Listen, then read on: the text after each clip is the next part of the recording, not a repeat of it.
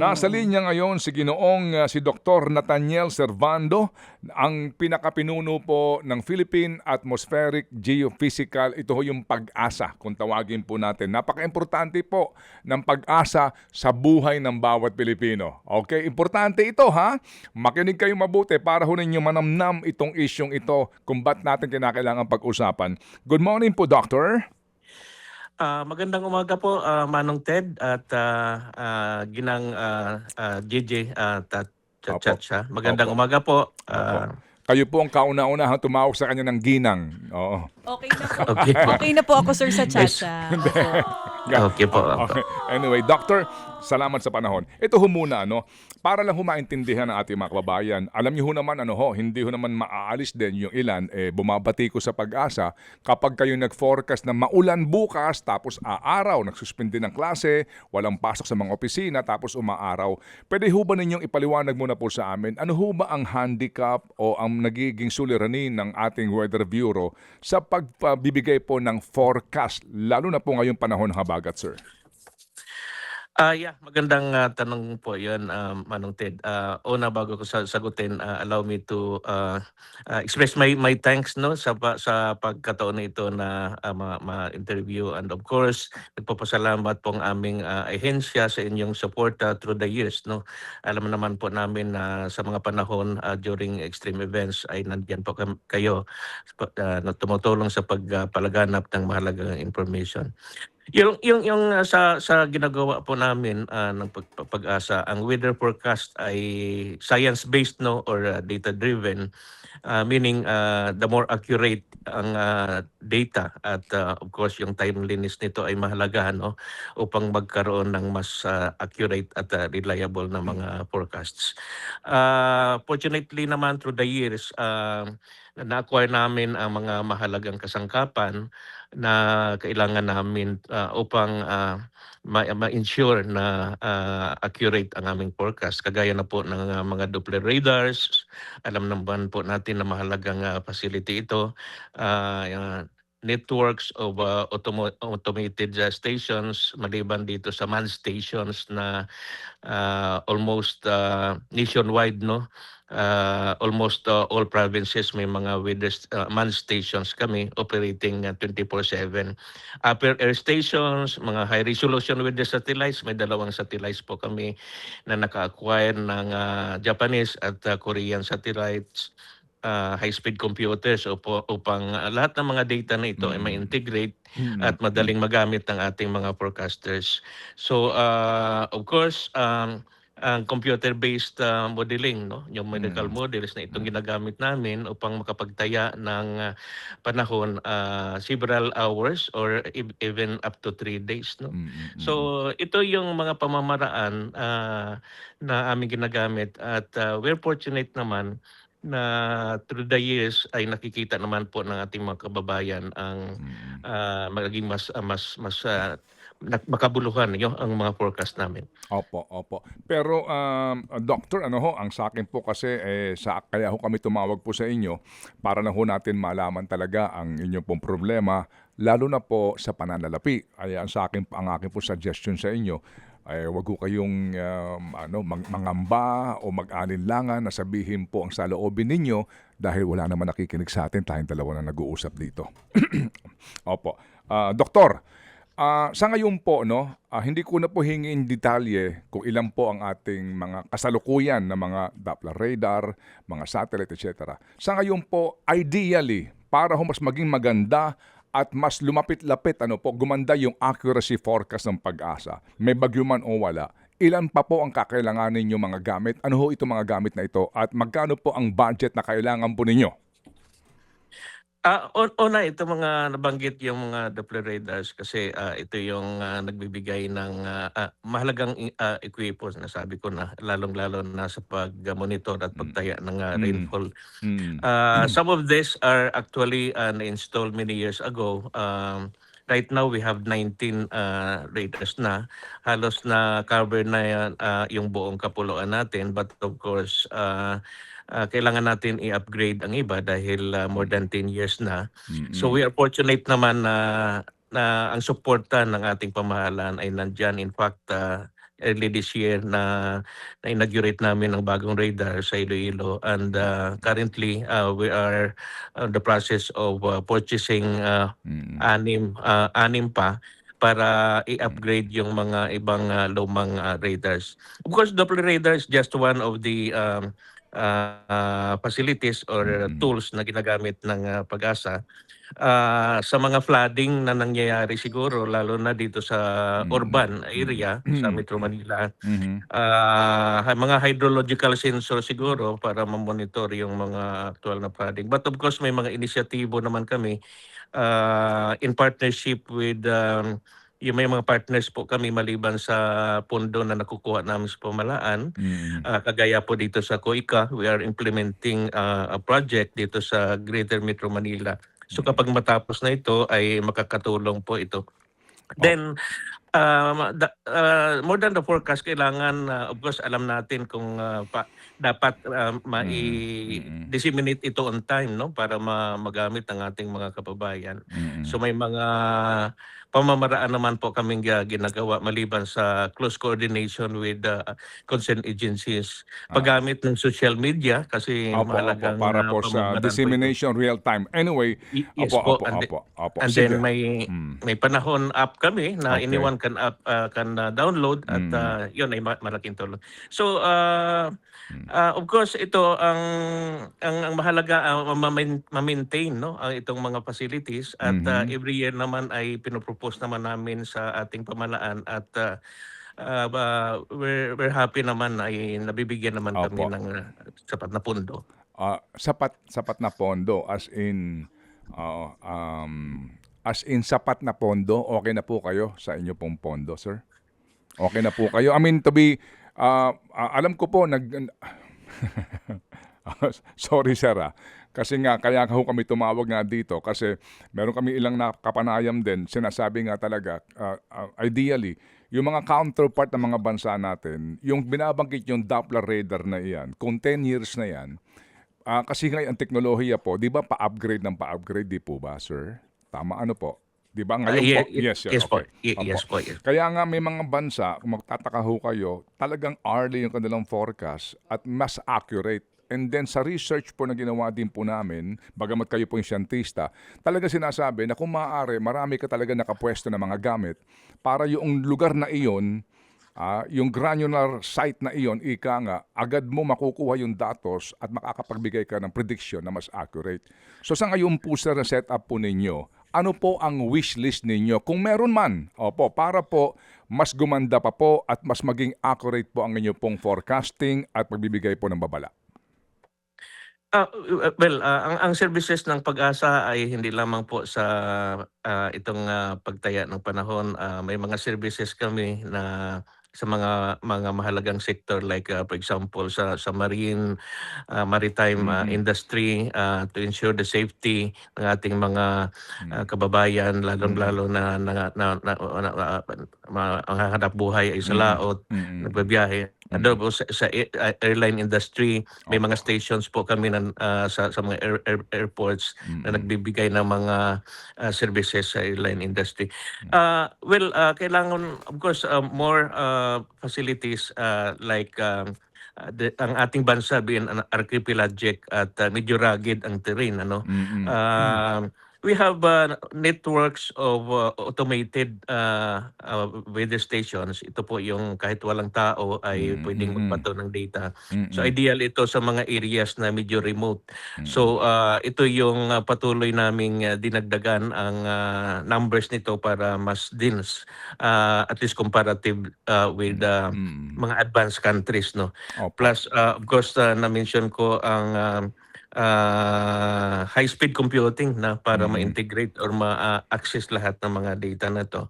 And of course, we're trying to explore the potentials of artificial intelligence para ma-improve lalo ang forecast namin. Not Opo. necessarily to replace itong expertise ng ating mga Tao mismo, mga forecasters. tao, mga Opo. scientist. Opo. So, and then yung upper air data, ito yung most of our data ay ground-based, no? So, kailangan din po natin ng datos at different level levels in the atmosphere, Oo. kailangan natin ng radio sound or upper air data. Right now we have Opo.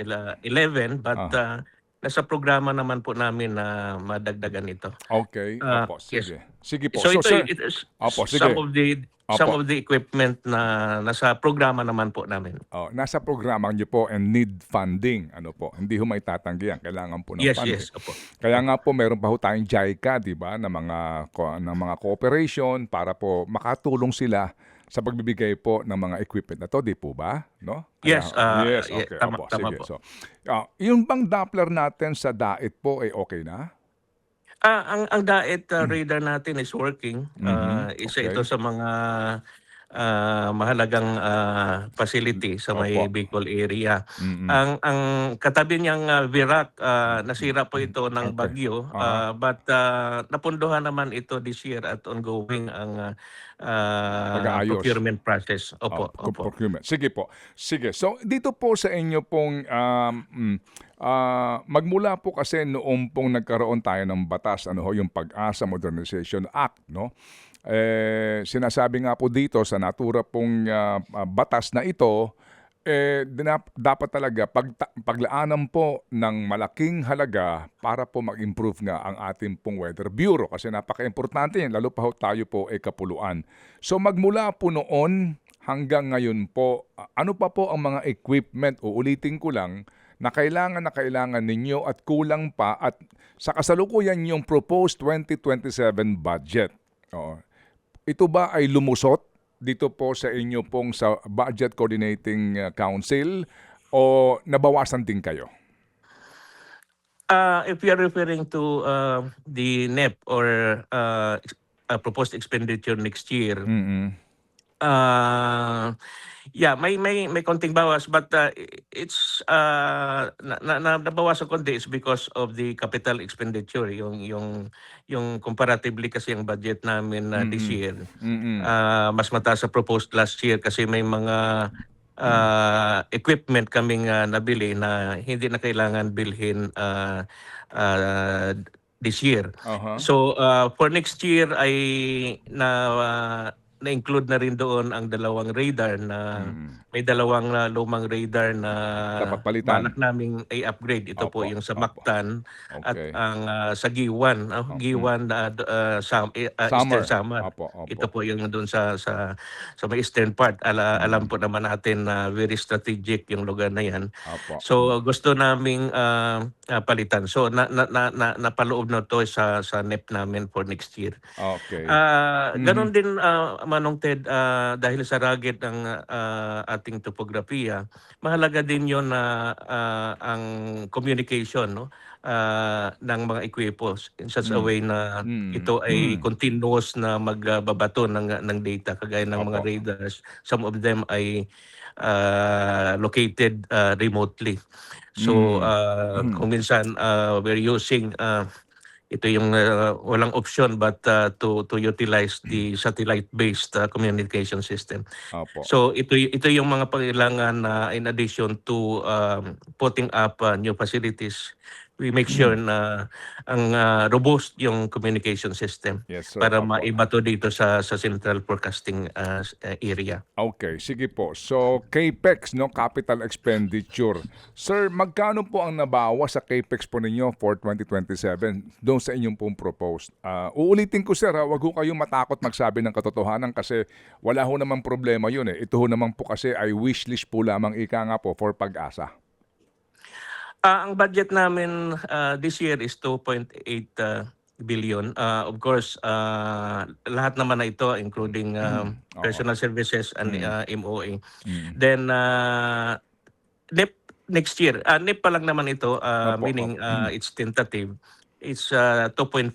So medyo may 2.4. kabawasan. Opo. Yeah. Pero But magkano po ang inyong proposed dapat po? Kasi before ho mag-NEP, meron na ho kayong sa inyo, sa DOST pala meron na kayo, 'di ba, na proposal. And then DOST magpo-propose yan. Sa NEP mismo, nagkakaroon na po dyan ng realignment, if I may call that, no? Ito, bawas ka dito, dito mo lalagay, etc. So, ano po ang inyong original na proposal for DOST? yes, tama po. Usual process yan na may mga proposed locally funded projects Opo. kami. We are listing some projects na ready to be implemented. Mm. Kung i-recall namin ang nasubmit namin as proposal itong mga sometimes hindi necessarily wish list, but ito yung unang proposal Opo, namin oo. at is a normal naman bawat ahensya. Magkano po, sir? Magkano po? Mga umabot yata ng around mga 4, umabot ng 4B. Opo, okay. So again, I emphasize na NEP pa lang naman po ito, Yes, sir. hindi Yes, pa sir. Opo, ito nasabi niyo na nga po, sir. posible, Opo, opo, opo. posible pang Ako madagdagan. Opo, naintindihan ko po kayo, sir. Huwag Opo, ho kayong kakabahan. Huwag ho kayong kakabahan. Baka kayo nangingimi na magsabi ng totoo at kayo'y Hindi, mapula. wala naman. Wala pong, Wala naman. Hindi naman po. opo, opo. Wala pong pupula sa inyo kasi ang pinag-uusapan natin nga dito ay yung sitwasyon ng pag-asa para ho na maintindihan lang natin na ang pag-asa po kailangan ng gamit. Kailangan ng mga tao, kailangan ng siyensya to improve their services at kailangan nila ng pondo. Ngayon sa Kongreso po kasi, hindi pa tayo sure dyan kung kayo ho ba dadagdagan o babawasan o status quo. Ganun po sitwasyon dyan sa budget hearing. So, ang tanong namin ngayon, dito po ngayon sa mga tulong ng JICA, naglo-loan pa ho ba ang DOST sa Korea o sa Japan para lang humakakuha ng equipment? Hindi na po, Hindi na. Manong Ted. Opo. We're fortunate na nakakuha kami ng mga grants, no, Opo. the past years, and kahit sa kasalukuyan. Ang pinaka-latest naming project with JICA, ito po yung nag-establish tayo ng flood forecasting and warning system doon sa Cagayan de Oro River Basin. Alam mo naman, mga nakarang taon na naapektuhan ang Cagayan ng Sindong.